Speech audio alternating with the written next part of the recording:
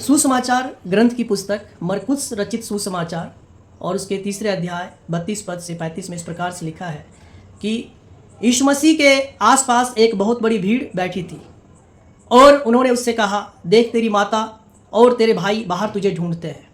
है ना? यीशु मसीह के आसपास एक बहुत बड़ी भीड़ बैठी थी। यीशु मसीह इस वक्त एक घर में है और उस घर में लोगों की भीड़ बहुत ज़्यादा है और यीशु मसीह के माता और उसके भाई जो भी कुटुंब के लोग हैं उनको ढूंढते हुए उनसे बात करने के लिए आए हुए हैं। लेकिन भीड़ अत्यधिक होने के कारण, लोगों की भीड़ ज़्यादा होने के कारण वो उस घर में जा नहीं सकते थे। इसीलिए उन्होंने लोगों से कहा कि यीशु मसीह से बोलो कि तेरे माता और तेरे भाई तुझसे मिलने के लिए आए, बात करने के लिए आए हैं। तो इस पर है ना, जब मैसेज यीशु मसीह के पास लोगों ने पहुंचाया तो यीशु मसीह क्या कहते हैं, है ना, लिखा है, उसने उन्हें उत्तर दिया, मेरे माता और मेरे भाई कौन हैं? और उन पर जो उसके आसपास बैठे थे, जो यीशु मसीह के जो फॉलोअर्स थे, जो उनके आसपास बैठे थे, चेले थे, जो लोग थे जो यीशु मसीह की शिक्षाओं को, ज्ञान उपदेश को सुनते थे, उनकी ओर इशारा करके कहा, उनकी ओर देखा और कहा, देखो मेरी माता और मेरे भाई ये लोग हैं जो मेरे आसपास बैठे, जो मेरी बातों को मानते हैं, जो मेरे ज्ञान उपदेश पर चित्त लगाते हैं। है ना? क्योंकि जो कोई परमेश्वर की इच्छा पर चले वही मेरा भाई और वही मेरा बहन और माता है ना?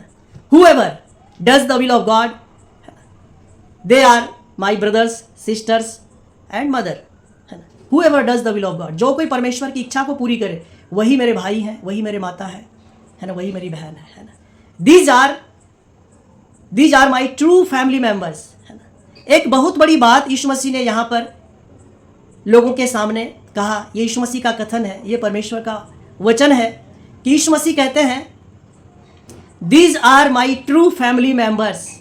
मतलब जो कोई प्रभु यीशु मसीह के पीछे चलते हैं, जो कोई प्रभु यीशु मसीह के सुसमाचार, है ना, ज्ञान उपदेश को, सुसमाचार को सुनते हैं, उस पर ईमान लाते हैं, विश्वास करते हैं, यीशु मसीह के जो फॉलोअर्स हैं उनको प्रभु यीशु कहते हैं कि ये मेरे सच में परिवार के लोग हैं, परिवार के सदस्य हैं। These are my true family members. है ना? यीशु मसीह हमें और आपको अपना परिवार का सदस्य मानते हैं। है ना? और ये वाकया उस वक्त कहा गया जब प्रभु यीशु मसीह के परिवार के लोग उस घर के बाहर खड़े थे और उनसे वो बात करना चाहते थे। तो इससे साफ जाहिर है, यीशु मसीह के इस कथन के द्वारा, इस वाक्य के द्वारा, इस वक्तव्य के द्वारा इससे साफ जाहिर होता है कि यीशु मसीह के परिवार के लोग उनकी शिक्षाओं से सहमत नहीं थे, यीशु मसीह के ज्ञान उपदेश में उनकी कोई रुचि नहीं थी। है ना? इसलिए उन्होंने कहा कि मेरे परिवार के लोग ये हैं जो परमेश्वर की इच्छा पर को पूरी करते हैं, जो मेरे ज्ञान उपदेश को मानते हैं, सुनते हैं, चलते हैं परमेश्वर के ज्ञान पर, उपदेश पर। है ना? तो क्यों यीशु मसीह की माता और उसके भाई, है ना, उसके परिवार के लोग क्यों यीशु मसीह के पास आए थे? सवाल यह है कि यीशु मसीह की माता, है ना, मरियम को शुरू से परमेश्वर ने अपने स्वर्गदूत के द्वारा दर्शन दिया और सारी बातों को जो यीशु मसीह के विषय में भविष्यवाणियाँ थी, सब कुछ यीशु मसीह के बारे में मरियम जानती थी। है ना? फिर भी वो यीशु मसीह की बातों से सहमत क्यों नहीं थे, ये नहीं पता। है ना? तो कुछ खास बातें हैं जब हम इस सुसमाचार को पढ़ते हैं। मत्ती, मरकुस, लूका, यूहन्ना, ये चारों सुसमाचार को जब सिलसिलेवार तरीके से पढ़ेंगे तो आपको समझ में आएगा कि यीशु मसीह की माता, भाई, उसके परिवार के लोग, कुटुंब के लोग क्यों यीशु मसीह के पास आए थे। एक्चुअल में वो उसको वापस घर बुलाना चाहते थे, उसको पकड़ के लेके जाना चाहते थे, क्योंकि यीशु मसीह के जो ज्ञान उपदेश के कारण, है ना, लोग बहुत प्रभावित थे। भीड़ की भीड़, बहुत संख्या में लोग यीशु मसीह के पीछे चल रहे थे। 5,000, 10,000, 20,000 हजार की भीड़ यीशु मसीह के पीछे हो लिए थे, क्योंकि यीशु मसीह के द्वारा परमेश्वर बहुत बड़े बड़े, है ना, चिन्ह चमत्कार प्रकट करते थे। है ना? बहुत से जो बीमार लोग थे वो आते थे और यीशु मसीह उनको ठीक कर देते थे। है ना? कैसी भी बीमारी हो, लोग ठीक होकर के जाते थे, क्योंकि ऐसा कहीं पे भी नहीं लिखा है कि कोई बीमार आया हो और वो ठीक ना हुआ हो। है ना? तो बहुत बड़ी भीड़, बहुत, मतलब यीशु मसीह अपने ज्ञान उपदेश के कारण, है ना, अपने चिन्ह चमत्कार के कारण, बड़े बड़े चमत्कार के कारण बहुत फेमस हो रहे थे उस समय। तो उस घड़ी यीशु मसीह के पीछे लोग, मतलब भीड़, फॉलोअर्स चल रहे थे, यीशु मसीह फेमस हो रहे थे। और उस वक्त जो ज्ञानी लोग थे, जो शास्त्री थे, जो धार्मिक गुरु थे, जो रिलीजियस टीचर थे, जो रिलीजियस स्कॉलर थे, जो धार्मिक विद्वान थे, धर्मगुरु थे, जो शास्त्री थे, स्क्राइब्स थे, जो फरीसी थे, उन लोगों की जो महत्ता थी वो कम हो रही थी, उनके फॉलोअर्स घट रहे थे और यीशु मसीह के पीछे सारा जगत उसके पीछे चल रहे थे। तो इस कारण जो धर्मगुरु थे, जो रिलीजियस स्कॉलर थे, वो यीशु मसीह से चिढ़ रहे थे, वो जल रहे थे अंदर ही अंदर। वो इस बात को ढूंढ रहे थे, देख रहे थे, नोटिस कर रहे थे यीशु मसीह के जीवन को, उनके कामों को, क्रियाकलाप को, कि किस बात में उस पर हम दोष लगाए।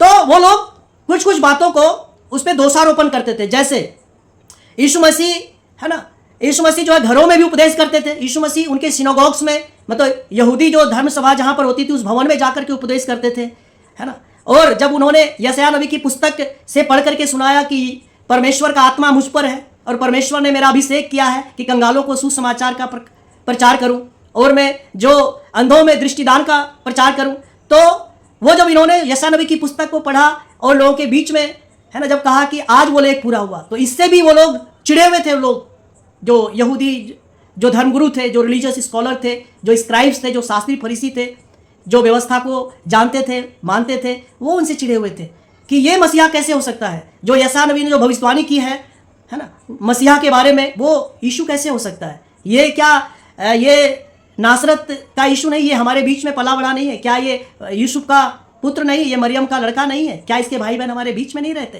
है ना। तो वो अचंभित थे, वो समझ नहीं पा रहे थे इन सब सारी बातों को, चीज़ों को, और वो इस बात को पचा नहीं पा रहे थे। यीशु मसीह इतना फेमस हो रहे थे अपने ज्ञान उपदेश के कारण, है ना, कि व्यवस्था से बातें करते थे। यीशु मसीह पुराने नबियों की बातों को लोगों को बताते थे, है ना, और बीमारों को वो चंगा कर रहे थे। एक बार एक सूखे हाथ वाला, है ना, जिसका हाथ में लकवा हो गया था, पैरालाइज था, वो व्यक्ति उस सिनोगोग में, मतलब यहूदियों के धर्म सभा में, उस भवन में मौजूद थे और सप्त के दिन प्रभु यीशु मसीह उपदेश कर रहे थे। उसके बाद एकाएक उस व्यक्ति के ऊपर जब नजर पड़ता है जिसका हाथ सूखा हुआ था, उनको बीच में खड़ा करके उनको कहा कि अपना हाथ बढ़ाओ, है ना। अब सोचो, उसका हाथ सूखा हुआ था, वो हाथ बढ़ा नहीं सकता था, लेकिन फिर भी यीशु मसीह के कहने से, है ना, बोला हाथ बढ़ाओ, और जैसे उसने अपना हाथ बढ़ाया उसका हाथ ठीक हो गया, है ना। तो ये जो काम को लोगों ने देखा वहां पर, जो अन्य लोग वहां बैठे थे, तो उन्होंने परमेश्वर की स्तुति की, क्योंकि उन्होंने कहा I have never seen anything like this before, I have never ever seen like this, like anything like this. मैंने ऐसा पहले कभी नहीं देखा हो कि कोई सूखा हाथ लकवे का मारा हो, ग्रस्त रोगी ठीक हो गया हो, सिर्फ कहने मात्र से। यीशु मसीह ने कहा हाथ बढ़ा और उसका हाथ ठीक हो गया, तो लोग अचंभित थे, लोग परमेश्वर की स्तुति कर रहे थे, यीशु मसीह के फॉलोवर्स इस कारण बढ़ रहे थे। लेकिन दूसरी तरफ जो धर्मगुरु थे, जो रिलीजियस स्कॉलर थे, जो स्क्राइब्स थे, वो ये देख रहे थे कि सब्त के दिन यीशु कैसे किसी व्यक्ति को चंगा कर सकता है, क्योंकि सब्त का जो दिन है वो विश्राम का दिन है, उस दिन हम किसी प्रकार का कोई काम नहीं कर सकते हैं। तो जो रिलीजियस स्कॉलर थे, जो धर्मगुरु थे, वो उसके ऊपर दोषारोपण कर रहे थे कि ये गलत है, ये व्यवस्था के अनुसार नहीं है। तो यीशु मसीह उनके मन की बातों को जानकर उन्होंने कहा, क्या सब्त के दिन भला करना उचित है या बुरा, सब्त के दिन क्या मारना उचित है या जीवन दान देना उचित है। तो कोई भी, किसी को हिम्मत नहीं हुई कुछ जवाब दे दे, और सब लोग चले गए। तो इस बात से भी लोग चिड़े हुए थे, रिलीजियस स्कॉलर, धार्मिक गुरु, शास्त्री फरीसी, कि यीशु मसीह सब्त के दिन लोगों को, बीमारों को चंगा करते थे।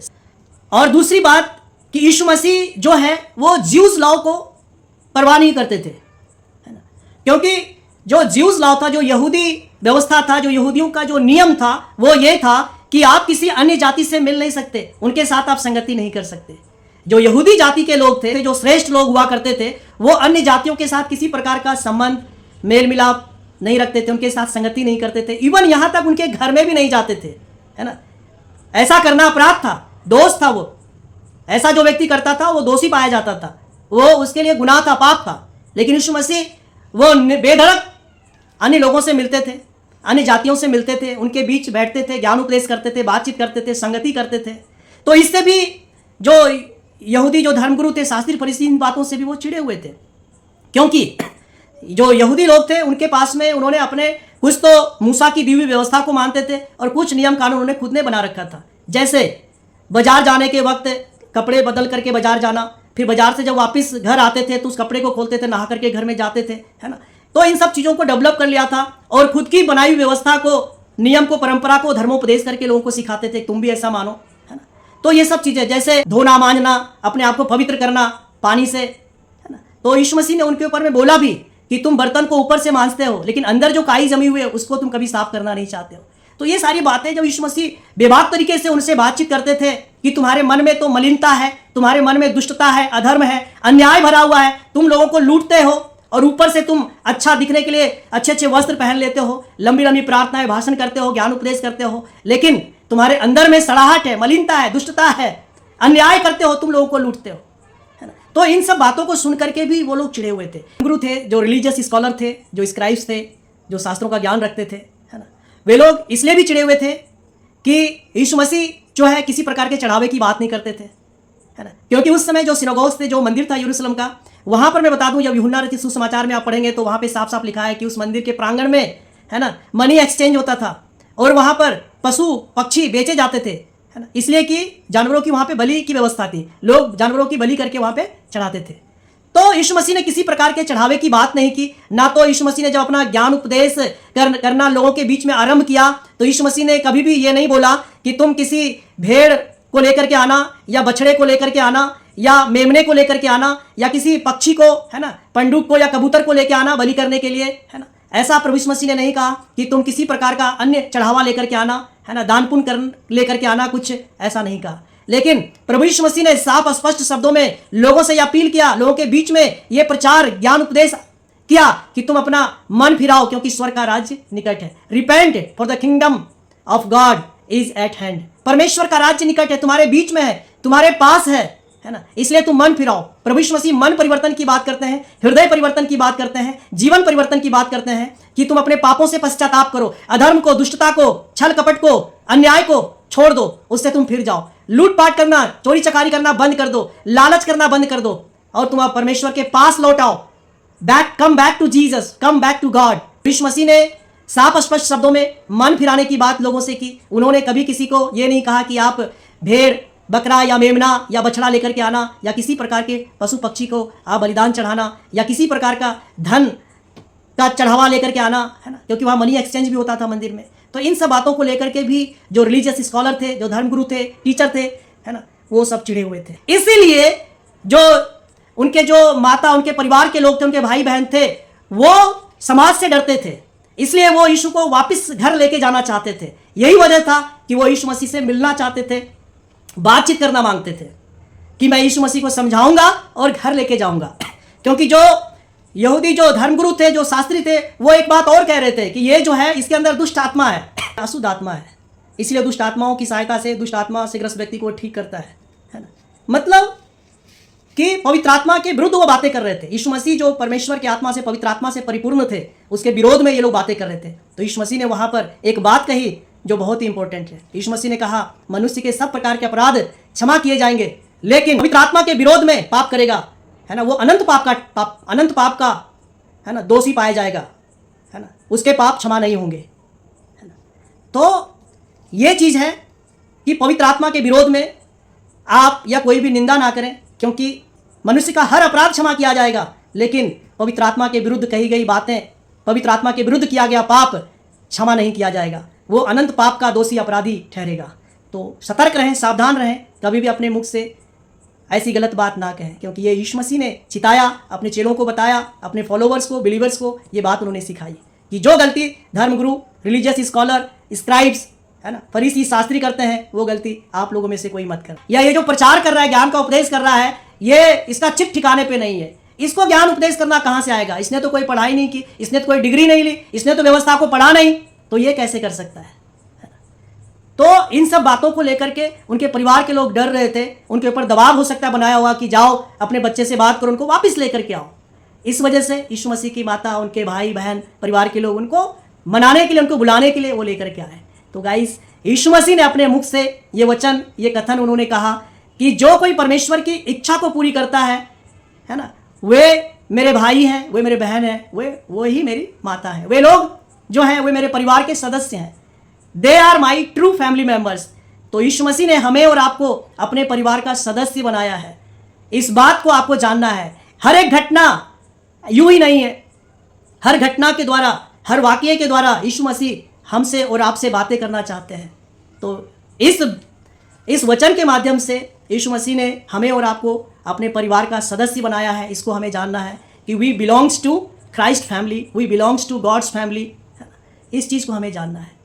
दुनिया आपको रिजेक्ट कर सकता है, लोग आपको नापसंद करेंगे, लोग आपकी बातों को ना मानेंगे, लेकिन आप परमेश्वर के लोग हैं, परमेश्वर आपसे प्रसन्न है, आप परमेश्वर के लिए बहुमूल्य हैं, प्रतिष्ठित हैं, आप परमेश्वर के लिए मूल्यवान हैं। ये आपको जानना और आपको समझना है। Thank you guys for watching this video.